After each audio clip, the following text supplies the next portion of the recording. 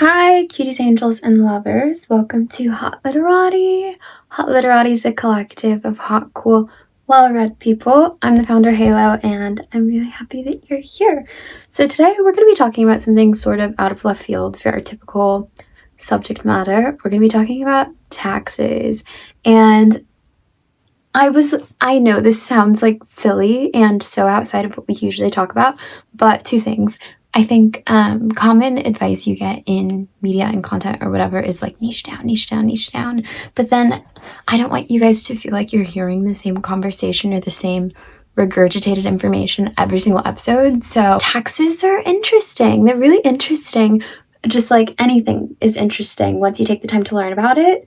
And that's kind of one of our fundamental things in terms of Hot Literati is empowering yourself with information and being like really curious, you know?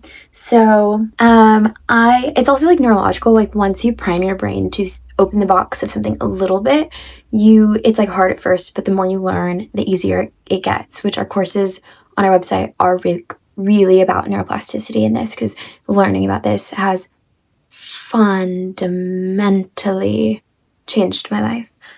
So let's get into taxes. And I'll also say, like, as an adult, I feel like there are so many things that you kind of just like learn by trial and error and no one teaches you. So I think I'm 25 now, but yeah, the first few years of adulthood and even now to a degree, I think feel like flailing and like figuring it out and kind of its own like weird little roller coaster, but having that love of learning and that curiosity will get you so far. So I spent just like days learning about the fundamentals of taxes, and I'm gonna try to make it fun and playful as we talk about it today. I am making the argument here that understanding and learning about taxes, one of the hottest things you can do for yourself. And why? Not because it's fun, like no one's like, yeah, this is so fun, but because understanding the structural forces that kind of you're navigating within is just one of the best things that you can do for yourself as a person,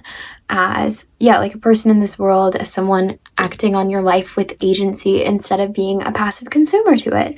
So most people like avoid this sort of stuff and just like give it to an accountant, which is what I did in my early adulthood. And I wish I would have taken the time to like learn more because, accountants like specialize in bookkeeping and things, but like learning about bookkeeping is so important.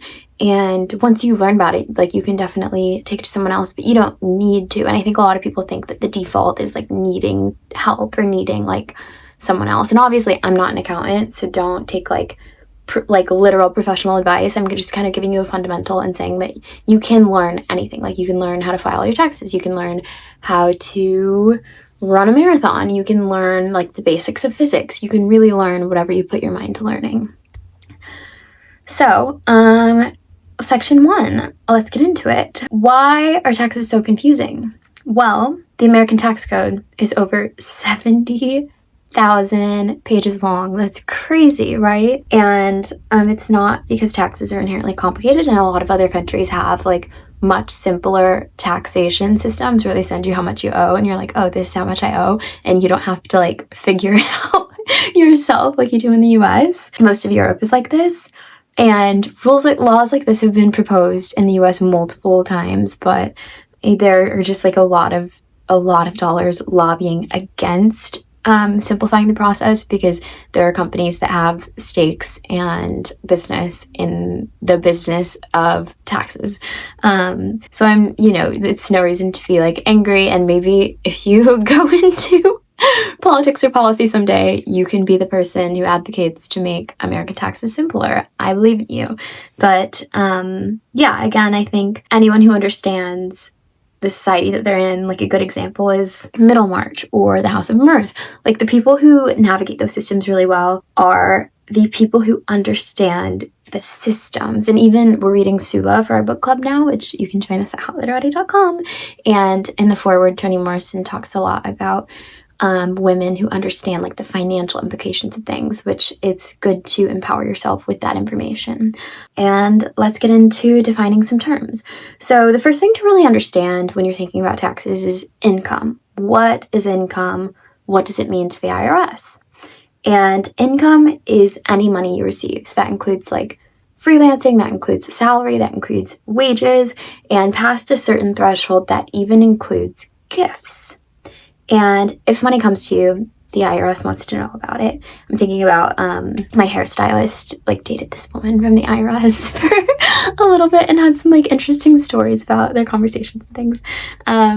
So within income, there are two different numbers that we need to know. One is gross income, one is taxable income, and those are not the same thing. Gross income is your total. It's everything that you made before anything else is subtracted. So let's say your salary is like $70,000, you made $5,000 freelancing, your gross income would then be $75,000.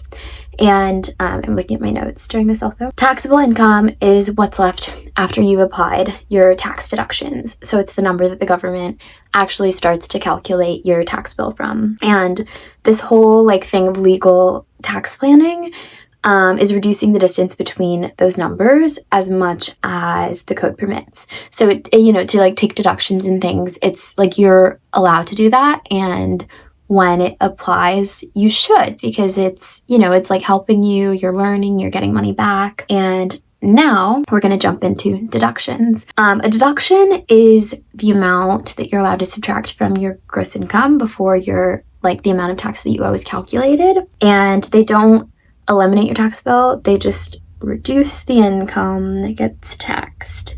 So a $1,000 deduction doesn't save you like $1,000 in taxes. It takes it saves you whatever your tax rate is times 1,000. So if you're in the 22% bracket, then like a $1,000 deduction would save you $220. There are two ways to take deductions, and you can choose one or the other each year. You can't do both. Learning about this blew my mind because I did not know this before I did my deep dive. Option one is the standard deduction. This is like a flat amount that the government lets everyone take without receipts required or documentation needed. So in 2024, it was like 14.6 grand if you were single, and 29.2 grand if you are married and filing jointly. So you just subtract that number from your gross income, and then that was your taxable income. Most people take this because it's simple, and for the majority of people, it is the right move. Option two is itemizing your deductions. This means you add up all of your individual deductible expenses, things like mortgage interest, state and local taxes, up to a $10,000 cap, like charitable contributions. So if you ever donate and they send you a receipt for your taxes back, that's why. Certain medical expenses. And if this total exceeds your standard deduction, which is the one we just talked about, then you would take that one instead. And you need records, but if you own a home, if you live in like a high tax state or give significantly to charity, then this can help reduce your taxable income more than the standard deduction would. So this decision is surely mathematical. I've been healing my relationship with math over the past couple of years, and now I'm like pretty into it. If you add up your deductible expenses and they exceed the standard deduction, then take the itemized one. If they don't, take the standard one. And that's sort of all you need to think about when it comes to deductions. Now, there's a third category called above the line deductions, and these are super useful because you get to take them regardless of whether you itemize or take the standard deduction. These come off of your gross income before you even get to that choice. So this is student loan interest, contributions to a traditional IRA, contribution to a health savings account. These are all above the line, and they reduce your gross income, which is an important number we'll come back to on its own. Now we're going to talk about tax brackets and marginal rate. So this is one of the concepts that within taxes causes the most confusion, and learning this changed my brain. And when I say it, hopefully it'll change yours as well. So the United States operates on a progressive tax system, which means that as your income goes up, you pay higher rates, but not on the whole amount. You only pay that higher rate on the portion of your income that falls within that bracket. So you don't pay your highest rate on all of your income, you only pay your highest rate on the portion of your income that falls into that bracket. So here's how it actually works for a single filer in 2024. So the first 11.6 grand of your income is taxed at 10%. Between that and 47,150 is taxed at 12%. And the income between that and 100,525 is taxed at 22%. And so on and so forth between the higher and higher brackets. So if your income is 60 grand, you're not paying 22% on 60 grand. You're paying on the portion that falls into each bracket. So your marginal rate is your top bracket. It is the rate that applies to your last dollar of income. Your effective rate is the actual percentage of your annual income that goes to taxes, that goes to federal taxes. Your effective rate is always lower than your marginal rate. And understanding this distinction can make you more accurate and hopefully less anxious. Tax credits are different from tax deductions, and they are worth understanding separately. A deduction reduces the income that gets taxed. A credit reduces the actual tax you owe dollar for dollar. So credits are technically more valuable than deductions of the same size. So if you qualify for any tax credits, they come off the bill at the very end. Now we are going to talk about W-2 versus 1099 forms. So how your income is reported significantly changes your relationship to taxes, and a lot of people are navigating both of these situations without really understanding either fully. So if you have an employer who pays you like a salary or a regularly hourly wage, then they send you a W-2 at the end of the year. And the W-2 shows like how much you were paid in full, how much was withheld from your paychecks, and like federal income tax, state tax, Social Security, Medicare. So when you file that return, you're reconciling based on everything that happened this year, like did I withhold too much or too little? And if you withheld too much, you get a refund. If you withheld too little, then you owe the difference. A refund is not a bonus. A refund means you gave the government like an interest-free loan, and it feels really good in April, but it means that your withholding rate is maybe a little bit off. You can adjust it by filing a new W-4 with your employer. So then if you do work as like a freelancer, contractor, self-employed person, which I think a lot of creatives fall under this, a lot of people in social media fall under this, then the people paying you send you a 1099 form instead. And the 1099 just reports what they pay you, but nothing has been withheld. So then you are responsible for setting aside your own taxes throughout the year and paying them quarterly. Quarterly estimated taxes are due 4 times a year: April, June, September, and January, and the amounts are estimates based on what you expect to owe. If you don't pay them and you owe more than $1,000 at the end of the year, you will owe an underpayment penalty on top of the tax itself. It's not devastating, but it is avoidable. So self-employed people also pay self-employment tax. This covers Social Security and Medicare. When you're an employee, your employer pays half of this, which is 7.65%, and you pay the other half through your paycheck. When you're self-employed, you pay both halves, which is 15.3% on top of income tax. This surprises people. It should not surprise you. It shouldn't surprise you. So the upside is that self-employed people have more access to deductions. If your home office is used exclusively for work, then maybe your rent falls into this, a percentage of your phone bill if you're using it for work, any like software subscriptions, professional development courses, business meals, travel, stuff like that. If it's ordinary and necessary for your business, you should keep your records and you should keep a separate account for your business transactions. And this is like using the tax code as it should be for self-employed people. So now, section 6, we are going to talk about accounts that build you wealth. And this was so confusing to me until I finally learned it. So this is the section that matters the most for your future self. And most people in their early 20s and 30s are not understanding these or using them fully. So a traditional IRA stands for individual retirement account. And a traditional IRA lets you contribute up to $7,000 in 2024 if you're under 50 and you meet the income requirements, and the contribution to this is deductible, meaning it comes directly off of your taxable income. You invest this money, it grows tax deferred, and you pay taxes when you withdraw it in retirement.